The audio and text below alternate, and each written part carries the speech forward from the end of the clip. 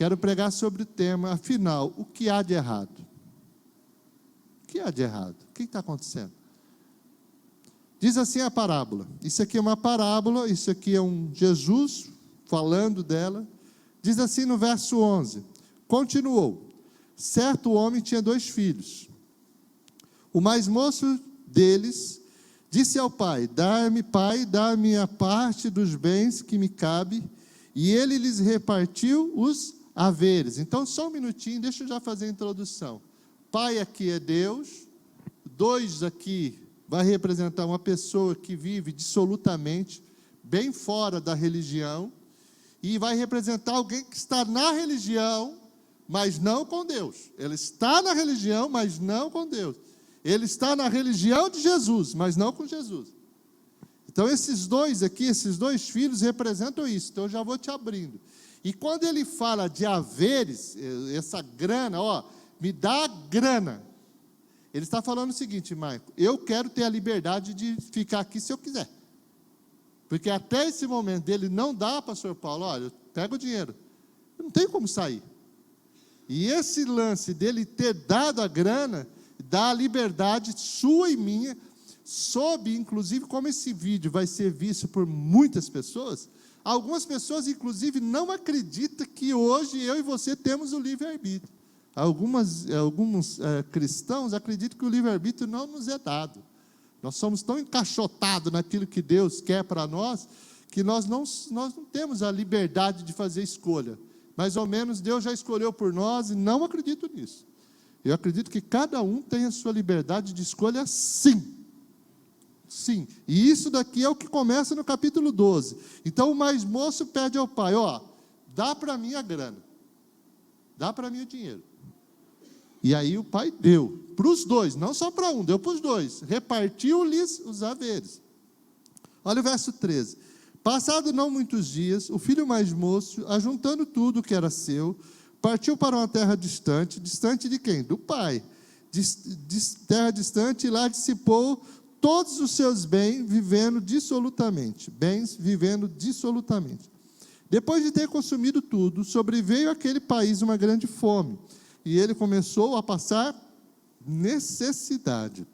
Então, ele foi e se agregou a um dos cidadãos daquela terra, e este o mandou para os seus campos a guardar porcos. Pare aí. Talvez você hoje, olhando essa parábola, não compreenda o que Jesus estava dizendo. Jesus era um judeu, nasceu sobre a religião judaica. Ele veio para os judeus e ele era judeu, ele nasceu na religião judaica. O judaísmo, ele não come porco, ele não se aproxima de porco, ele não toca em porco. Porco para ele é algo abominável. E Jesus pega essa situação do tal do porco para realmente escrachar com o negócio. Falou, você sabe um cara? E aí ele não só toca em porco, mas ele vive com os porcos, ele come com os porcos. Então você precisa olhar com o prisma de alguém que está falando, olha, você sabe o que esse cara fez? Ele comia comida dos porcos.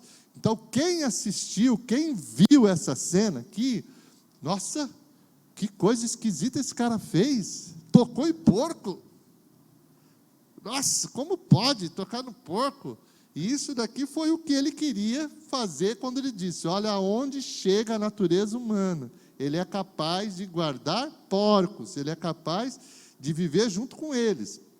E aí nós vamos no verso 16. Ali desejava-se ele fartar-se das alfarrobas ou bolotas que os porcos comiam, mas ninguém lhe dava nada. Agora ele já vai mais fundo. Ele não diz, ele não só tocou em porco, mas ele queria comer o que o porco come. Olha que estranho. Então, caindo em si, disse, quantos trabalhadores de meu pai têm pão com fartura, e eu aqui morro de fome? Verso 18, levantar-me-ei, e irei ter com meu pai, e lhe direi, pai, pequei contra o céu e diante de ti, já não sou digno de ser chamado teu filho, trata-me como um dos teus trabalhadores. E levantando-se foi, levantando-se foi para o seu pai. Vinha ele ainda longe, quando seu pai o avistou, e compadecido dele, correndo o abraçou e beijou. E o filho lhe disse, pai, pequei contra o céu e diante de ti, já não sou digno de ser chamado teu filho. Verso 22. O pai, porém, disse aos seus servos: trazei-o depressa, a melhor roupa, veste-o, ponde-lhe um anel no dedo e sandálias nos pés. Trazei-me também e matai o novilho cevado, comamos e regozijemo-nos, porque esse meu filho estava morto e reviveu, estava perdido e foi achado. E começaram a regozijar-se. Parou. Aqui, nessa parábola, trata do filho que vivia longe da perspectiva de Deus, longe de Deus. Agora, ele começa a tratar com alguns de nós aqui, com alguns que estão próximos da perspectiva de Deus, próximos de Deus, mas vivem uma vida aquém. Aí a pergunta: o que afinal, o que está de errado? O que está acontecendo de errado? Olha o verso, já falando do mais velho. Ora, o filho mais velho estivera no campo, quando voltava, ao aproximar-se da casa, ouviu a música e as danças. Chamou um dos criados e perguntou-lhe que era aquilo. E ele informou: veio teu irmão e o teu pai mandou matar o novilho cevado, porque o recuperou com saúde. Verso 28. Ele se indignou e não queria entrar. Saindo, porém, o pai procurava conciliá-lo, mas ele respondeu a seu pai: há tantos anos que te sirvo sem jamais transgredir uma ordem tua, e nunca me deste um cabrito sequer para alegrar-me com os meus amigos. Vindo, porém, este teu filho, que desperdiçou os teus bens com meretrizes, tu mandaste matar para ele o novilho cevado. Então lhes respondeu o pai: meu filho, tu sempre está comigo, tudo que é meu é teu. Entretanto, era preciso que nos regozijássemos e nos alegrássemos, porque esse teu irmão estava morto e reviveu, estava perdido e foi achado. Queridos, preste atenção.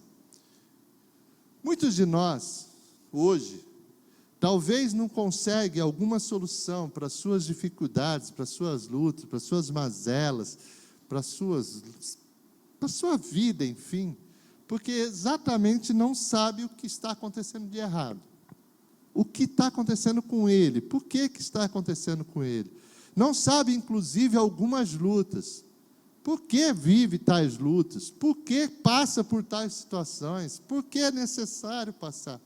Então, essa noite, quando nós estivermos trabalhando, vai precisar de você uma coragem de não pôr o olhar no teu filho, na tua filha, no teu esposo ou na sua esposa, e trazer o olhar para dentro de si. Nós temos que ter a coragem de olhar para dentro de si. É lógico que essa parábola, ela retrata uma grande gama de pessoas que estão aqui.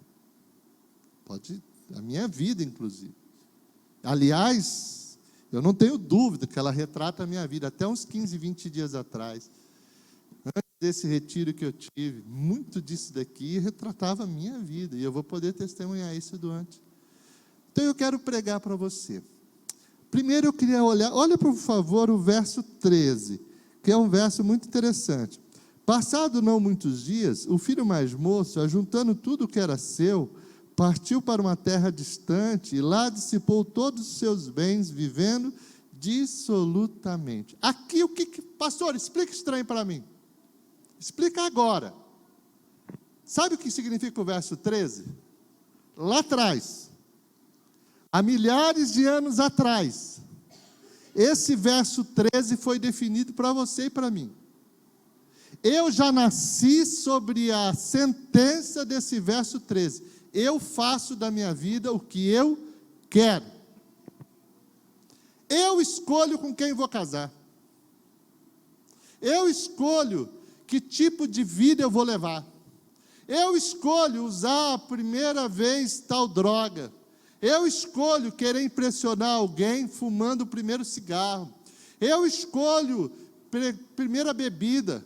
Eu escolho viver uma vida dupla. Eu escolho viver uma vida que as pessoas acham que eu sou e aqui realmente eu sou. Esse verso 13 é um direito que Deus concedeu a você. Na verdade, seria melhor que não tivéssemos. Seria melhor que não houvesse o verso 12. Seria melhor que nós estivéssemos sobre aquela sentença, aquela situação, lá no Éden.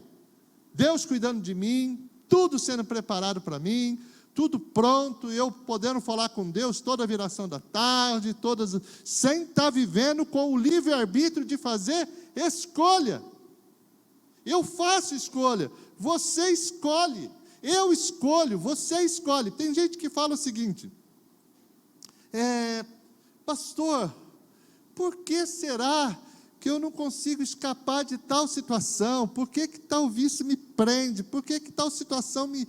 Por quê? Porque você exerce o livre-arbítrio. Isso é lindo, isso é maravilhoso. Nós escolhemos sair de casa, inclusive, num dia chuvoso como o de hoje. Poderíamos decidir assistir pelo Face, nós poderíamos ter decidido não assistir, nós poderíamos ter feito qualquer coisa, mas nós escolhemos. Esse verso 13 aqui você tem que entender, porque se você não conseguir compreender que você é quem está pilotando a sua vida, você não vai poder, no futuro, tomar uma decisão de escolher um caminho diferente do que esse que você está tomando.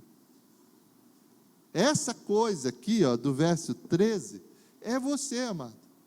Não tem gente que sofre pelo casamento? Mas quem escolheu o marido?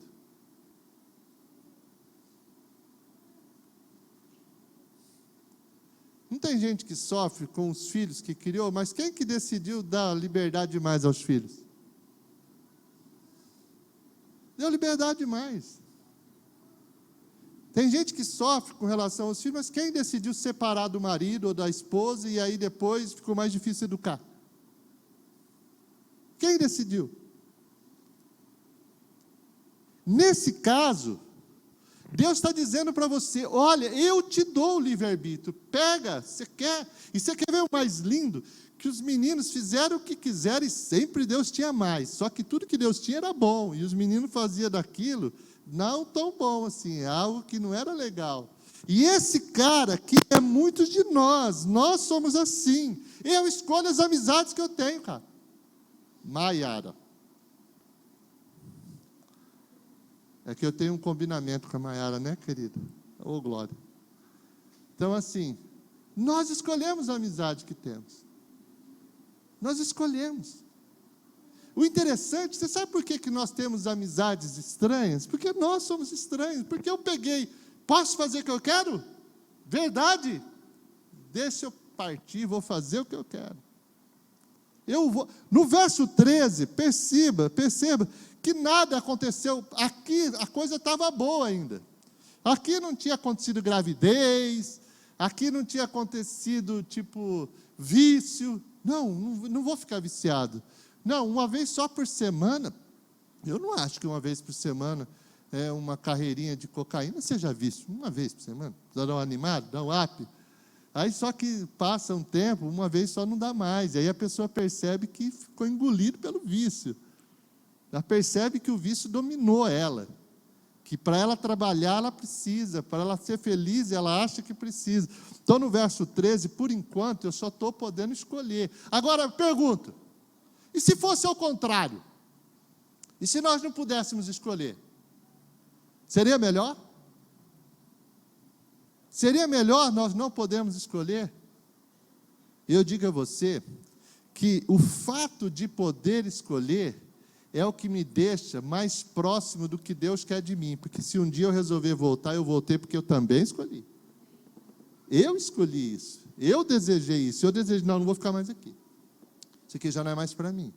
Isso não pode ser maior que isso. Agora, olha lá o verso 28, você vai ver o mesmo problema para o religioso, também é a sua escolha. Ele se indignou e não queria entrar. Saindo, porém, o pai procurava conciliá-lo. Quem que é esse daqui? É o que está aqui dentro, mas está olhando lá fora e falando: meu irmão deve estar se dando bem. Porque um dia que o bichinho é malandro, ele está pegando todas. Eu conheço um rapaz, infelizmente ele faleceu, que uma semana antes, a mesma pessoa que me evangelizou, eu estou falando algo diante de Deus e diante do povo de Deus. A mesma pessoa que me evangelizou, que falou de Deus para mim, uma semana antes foi falar de Deus para esse rapaz. Ele era um advogado. E ele falou de Deus para esse rapaz. E esse rapaz falou, olha, eu não posso agora, porque agora a minha missão é pegar as menininhas. Ele tinha 25 anos. Foi essa a frase. Por enquanto eu quero pegar as menininhas. Dá para entender o que ele quis dizer. Deixa eu zoar um pouco, aproveitar um pouco. Uma semana depois, ele tinha combinado de estar num lugar, num sábado, em tal hora. Infelizmente, ele não foi para aquele lugar, as pessoas estranharam. No outro dia de manhã, estranharam, ele não atendeu o telefone, foi na casa dele, ele teve um infarto fulminante. Ele, infelizmente, morreu. Ele fez as suas escolhas. Ele fez as suas escolhas. Esse cara aqui, ele poderia ser um de nós e dizer, quê? Deus? Está tendo festa? Domingo é dia de eu receber o perdão de Deus? Domingo é o dia de eu ser restaurado na minha alma? Domingo é o dia de eu poder me entregar para Ele? Domingo é o dia que eu posso me expressar a minha adoração a Deus. Cara, eu estou dentro. Estou dentro, eu vou.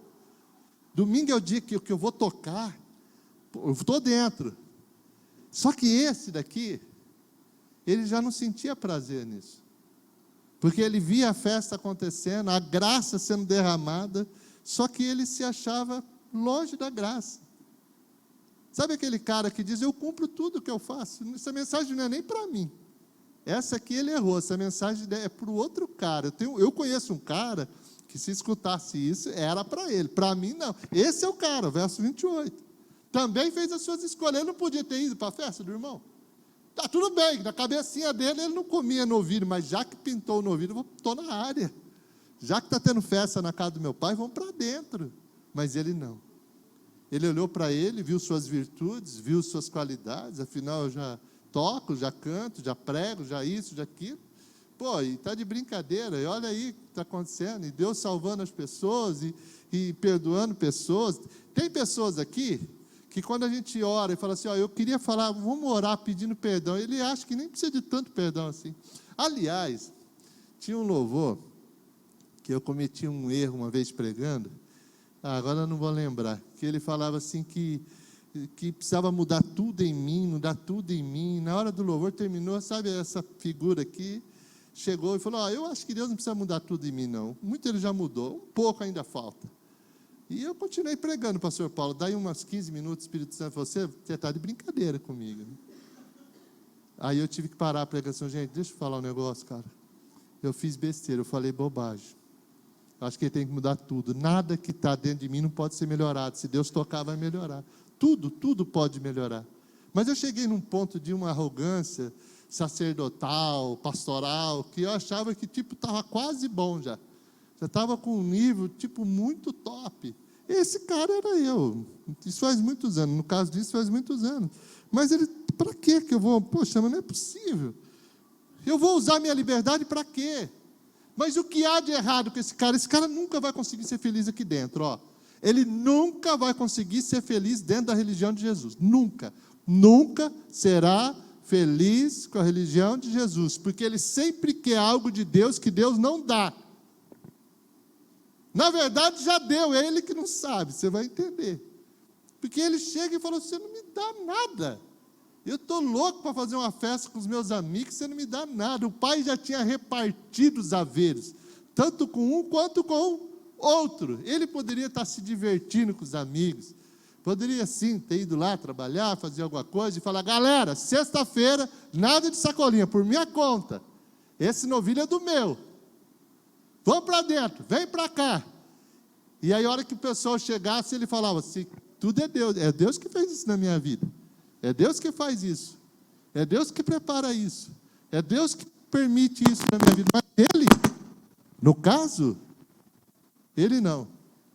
Essa liberdade dele aqui, ó, o que está de errado com um, o que está de errado é que ele pegou a liberdade e foi fazer o que queria não era legal. E o outro pegou a liberdade, se engessou na religião, acha que Jesus precisa de alguém que trabalhe para ele, e na verdade Jesus quer um amigo, Jesus quer alguém para bater um papo.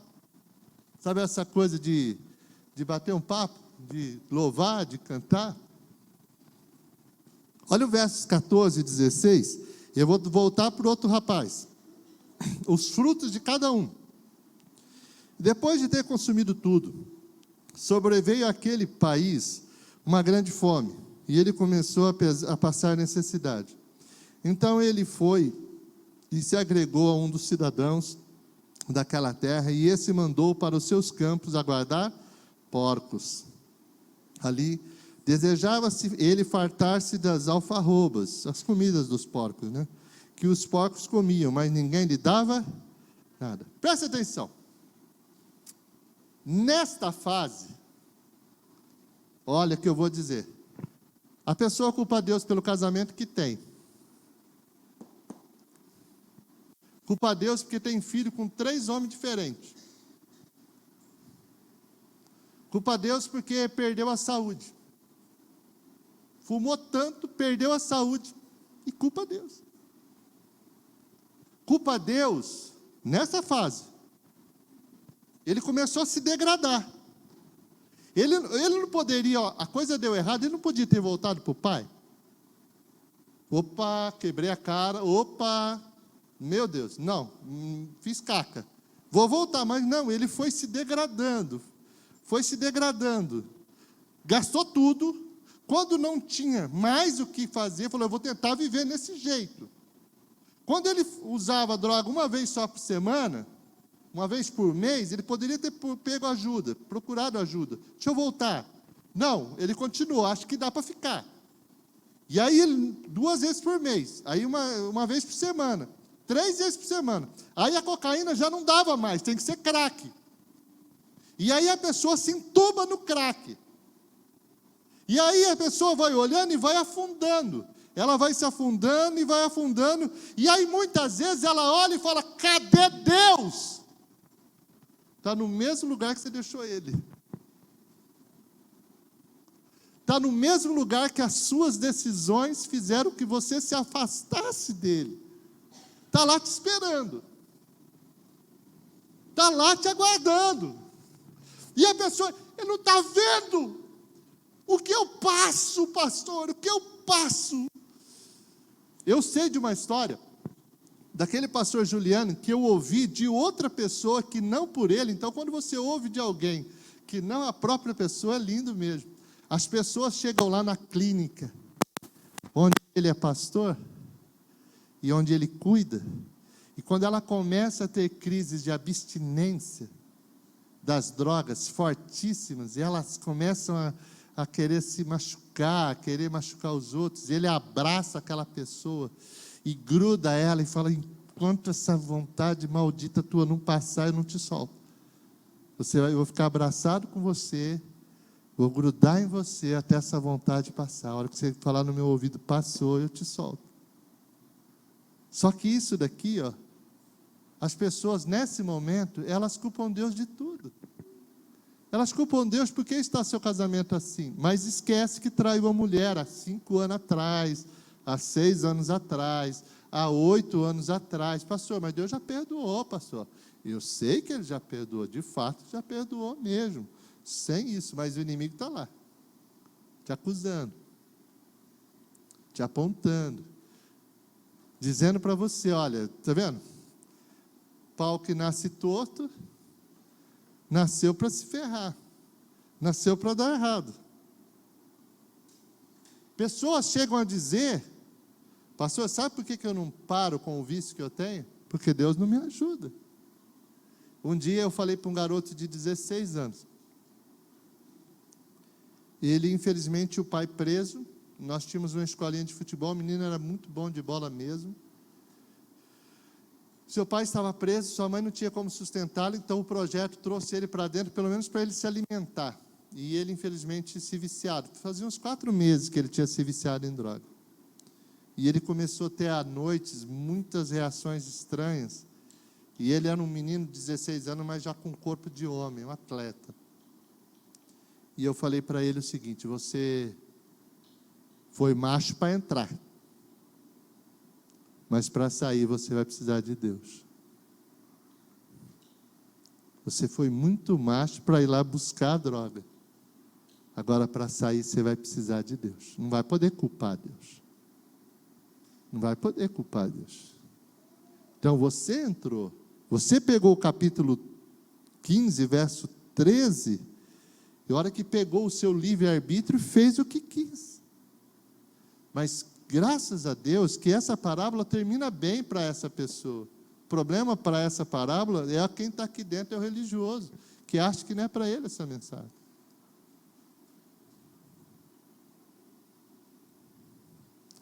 Deus, Ele não só te dá liberdade, Ele dá liberdade para todos, mas ela tem um preço. Pode ser que o que está acontecendo de errado é o fruto dessa liberdade.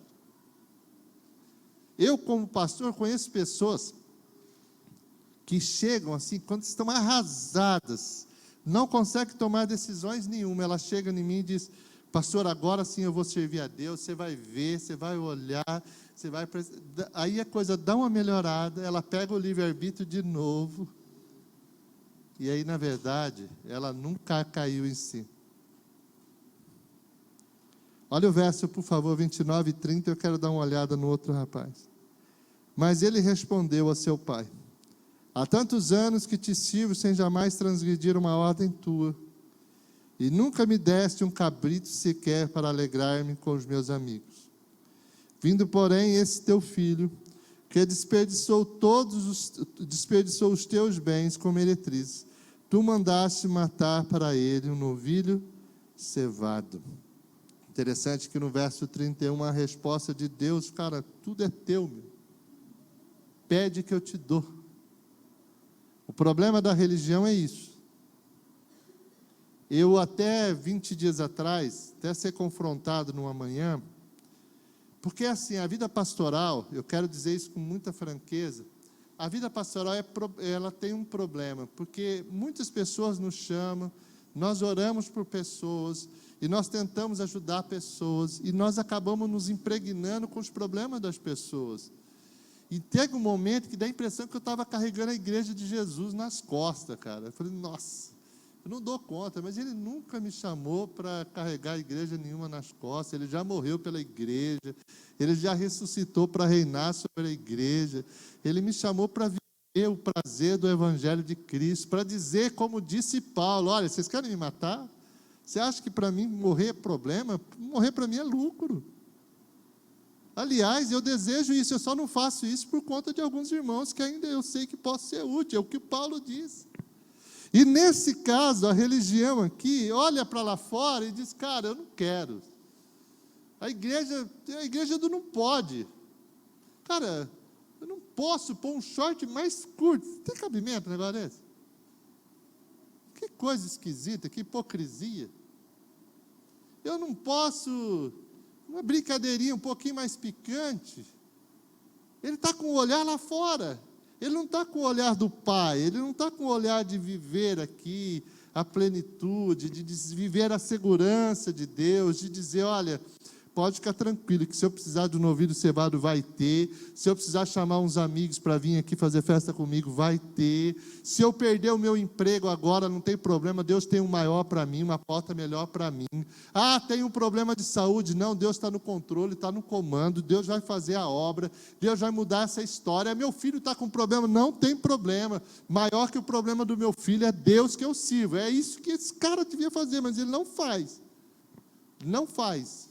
Ele não consegue fazer. E o interessante, que eu só consigo terminar, porque isso é uma parábola, eu não posso pôr palavras onde não tem. Eu não consigo falar para você que é religioso se o teu fim vai ser bom. Eu não consigo falar, vou repetir, eu não consigo falar para você que é religioso e que teu fim vai ser bom. Porque enquanto o outro ainda teve condição de voltar, e eu não vou entrar nesse detalhe, o outro voltou, se arrependeu, buscou. Enquanto o outro teve isso, o que estava aqui dentro, vivendo a religiosidade, não escapou dessa armadilha. O livre-arbítrio dele fez ele conhecer a religião, mas jamais conhecer a Deus. Há milhões de pessoas que servem nessas seitas que há por aí, que são capazes de defender. Eu fui o Adriano e se for o caso, eu prefiro morrer e ir para o inferno, mas eu prefiro acreditar no que a minha religião fala. A hora que falou isso, deu até um impacto em nós. Prefiro morrer e ir para o inferno, mas eu prefiro acreditar no que a minha religião fala. Já não estava nem falando de Deus, estava falando da religião. Esse cara aqui, eu não consigo um final feliz para ele. Então, eu prefiro que você seja o cara que é o primeiro filho, que de repente entrou por aqui achando que estava se achando, mas pegou o livre-arbítrio e descobriu que mente. Agora o Espírito Santo fala para você, você mente, você engana, fala a verdade, olha que eu estou aqui querendo te ajudar, vem, volta da tua ação, volta para cá, porque para esse houve alternativa. Olha o verso 17, e eu quero terminar, porque eu não vou ficar, como eu disse, essa mensagem é diferente daquilo que você já ouviu. Então, caindo em si, disse: quantos trabalhadores de meu pai têm pão com fartura, e eu aqui morro de... Havia um momento que ele desejava comer as comidas dos porcos, lembrando que nós estamos falando de um Deus falando para judeus, não era o lance de tocar em porco, é comer o que porco come. Mas chegou um dia que esse cara, não havia nada que pudesse fazer com que ele ficasse naquele lugar. Não tinha nem lavagem. Não havia nada. Sabe aquele cara que já foi para o crack e não consegue resolver o problema? Começou tomando Rivotril de meio de 2, tomou um, agora tomou de 2, agora toma 2 de 2, agora o médico já recomendou 3 de 2. Não passa. E ele cai em si. Ele cai em si e fala: cara, meu casamento está ruim. Minha mulher não sabe, mas está ruim. Ela não sabe que eu estou assim a ponto de fazer lambança, se já não estou fazendo. Ele cai em si. Aí ele não fala o seguinte: espera aí, quem que é culpado? É os donos dos porcos? A crise que abateu no país? Não, ele diz: lá na casa de meu pai, há pão com fartura, e quem decidiu sair de lá fui eu. Fui eu que pus o primeiro cigarro na boca, fui eu que primeiro carreirinha de cocaína, fui eu que decidi fazer tal coisa, fui eu. Quando ele faz isso, ele está perto de descobrir o que está de errado. O errado é ele. É ele. E agora? Eu fico? Continuo nessa vida?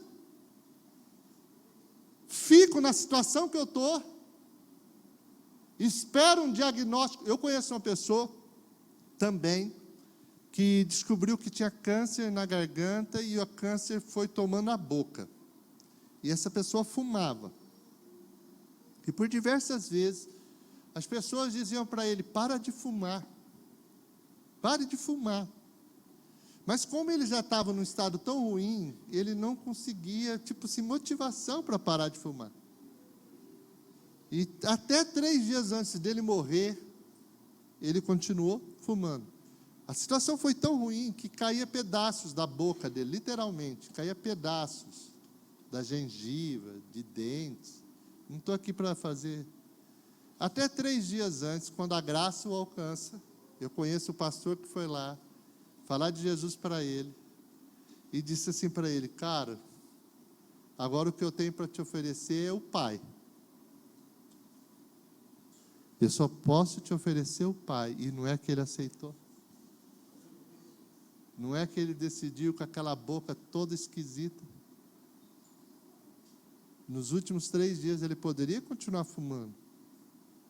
Ainda havia um jeito, sei lá, põe no tubo aí.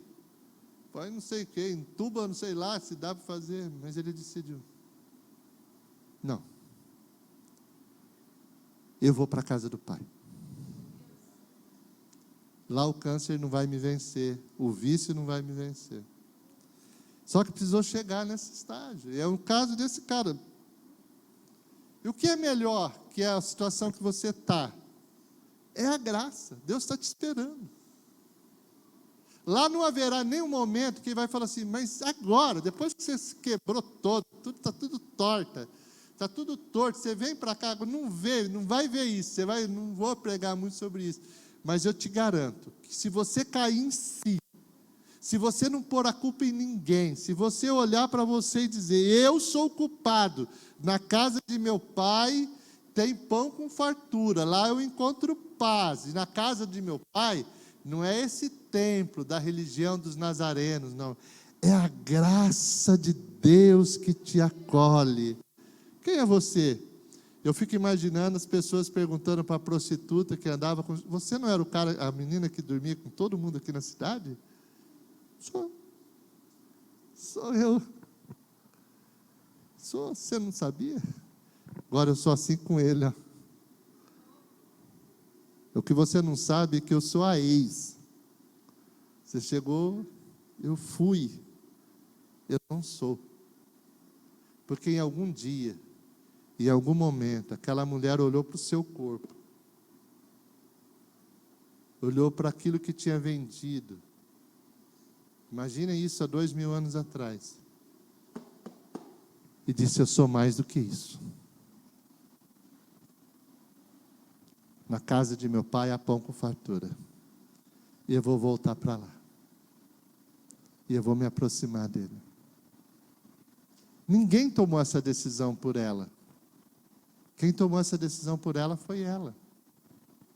O Espírito Santo pode o máximo que ele olhe e fala, você está no meio das lavagens. Você está no meio dos porcos. Você quer ficar no meio dos porcos? Você quer continuar com a vida do jeito que está? É uma pergunta, você quer? Aí algumas pessoas dizem, pastor, eu até quero sair daqui do chiqueiro. Eu até quero. Mas sabe o que acontece, pastor? Estou fedendo muito. Não vai querer eu desse jeito. Eu engano o seu. Sai do lugar que você está. Pare de fazer as coisas que você anda fazendo. E vá para Deus. Ele vai te encontrar no meio do caminho. Você não vai precisar nem chegar. Só saia do lugar que você está. Vá para Deus. Porque limpar você é missão dele. Pôr um anel no teu dedo é missão dele. Trocar a tua roupa é missão dele. Por mais que você fale, não, a hora que eu chegar lá, ele vai me acabar comigo. Você vai ver, ele vai falar um monte para mim. Não vai falar nada, ele está te esperando. A graça te aguarda, cara. A graça te espera. A graça te espera. Eu fico imaginando, isso aqui é uma parábola, né? Ela permite você, não pode voar muito, mas permite você. Eu fico imaginando um lá trabalhando, achando que estava fazendo as coisas, chateado porque vivia uma vida medíocre na obra de Deus, não vivia na casa de Deus, e o outro voltando, todo humilhado, todo arrebentado. E a hora que o pai vê de longe, ele sai do lugar que estava, vai lá, encontra ele e diz, eu te aguardava faz tempo. E eu te dei o livre-arbítrio, você fez bobagem, hein? Fala sério, conta para mim. Você fez. Aí ele começa. Pai, eu pequei contra os céus e diante de ti já não sou digno. A hora que ele foi falar que não ia chamar, ele parou a conversa. Fala o seguinte, troca a roupa dele, põe anel nele, põe sandália nele. Sabe o que está acontecendo de errado? É que talvez você pegou o livre-arbítrio e começou a tomar decisões. Agora pode ser que está tudo bem. De repente começou uma crisezinha no país e você já te propuseram ir para a lavagem, para cuidar de porcos. Mas ainda, agora o que eu quero te chamar é, não vá para lá. Não precisa passar por tudo isso. Se arrependa. Busque. Não, pastor, eu sou esse, que daqui da lavagem. Também é a solução para você. A solução aqui se encontra, há a solução para você. Caindo-se em si. Eu costumo dizer que antes de eu entregar a minha vida a Deus, eu precisei tomar uma decisão, abandonar a minha vida. No dia do meu batismo, eu não lembro da pregação. Eu não lembro do que o pregador disse. Era um dia muito frio. E eu tomei consciência que eu ia descer as águas. Foi um momento muito especial. Eu tenho, inclusive, a foto de eu chorando. E eu olhei por tudo que eu fiz, por todas as bobagens que eu tinha feito, pelas famílias que eu havia perdido, por todas... E a hora que eu descobri que eu estava indo para Deus e que Ele estava me esperando, nossa, que sensação top. Que sensação gostosa a hora que você saber que os teus pecados podem ser lançados naquela cruz. Que tudo que você fez, mesmo que você pegou o livre-arbítrio e agora está viciado. Olha para si. Olha para a tua vida. O que pode estar havendo de errado? O que pode estar havendo de errado é que agora, nesse exato momento, talvez você olhe e ainda acha que dá para ficar um pouco mais onde você está. Que dá para continuar fazendo isso um pouco mais. Dá para fazer dessa situação de lavagem, de porcos, de ter quebrado a cara, de ter feito as escolhas erradas, ainda um lugar para ficar. Enquanto você não chegar à conclusão de que você e só você foi responsável e é responsável por tudo que lhe acontece, você não vai conseguir sair do lugar que você está e ter a expectativa da graça de Deus. A graça está disponível. Só que em algum momento, você vai precisar dizer, já não sou eu quem vivo. Por que não sou eu? Porque senão eu vou lá de novo. Eu vou lá e vou querer fazer aquelas coisas que eu fazia de novo. Mas Cristo vive em mim. E esse viver que agora tenho pela fé no Filho de Deus. Há pessoas, e aqui eu termino, que acreditam que o fato da punição do livre-arbítrio, a colheita do livre-arbítrio, é a razão de pessoas se converterem. Tem pessoas que acham que agora meu filho aprende. Agora vai aprender. Agora minha filha aprende. Agora meu marido aprende. Agora meu aprende. Não, amado. Se não houver aquela frase, e caindo em si. Caindo em si não é tipo, aqui falta coisa, culpa minha. Caindo em si não é, aqui falta coisa, é culpa minha, estou preso, culpa minha, estou viciado, culpa minha, eu me prostituí, culpa minha, perdi a saúde, culpa minha. Isso não é caindo em si. Sabe o que é o caindo em si? Na casa de meu pai não tem nada disso. Lá não tem vício, lá não tem prostituição, lá não tem nada. Diante da presença de Deus, alguém vai dizer, não é você que vendia droga? Não é você que usava droga? Não é você que fumava? Não é você que isso? Não é você que se prostituía? Não foi com tal pessoa que você ficou? Não foi? Não. Essa pessoa, um dia ela caiu em si. Não vou chamar o louvor, eu queria que você inclinasse sua cabeça. E você precisa tomar uma decisão. Sabe aquelas decisões que ela não pode ser emocional? Por isso que eu não chamei o louvor. Por mais que seja lindo ouvi-los. Essa decisão ela é muito, muito pessoal. Você acha que você consegue ficar desse jeito ainda mais tempo? Você acha que dá para ficar desse jeito? Você acha que como que vai chegar a tua vida? Como será a tua vida? Não dá para ver que você quebrou a cara? Mas eu não te falo isso para te acusar, eu te falo isso para dizer que na casa do teu pai há pão com fartura e ele está te esperando lá. Como que eu chego? Primeira coisa, decida sair do lugar que você está, né?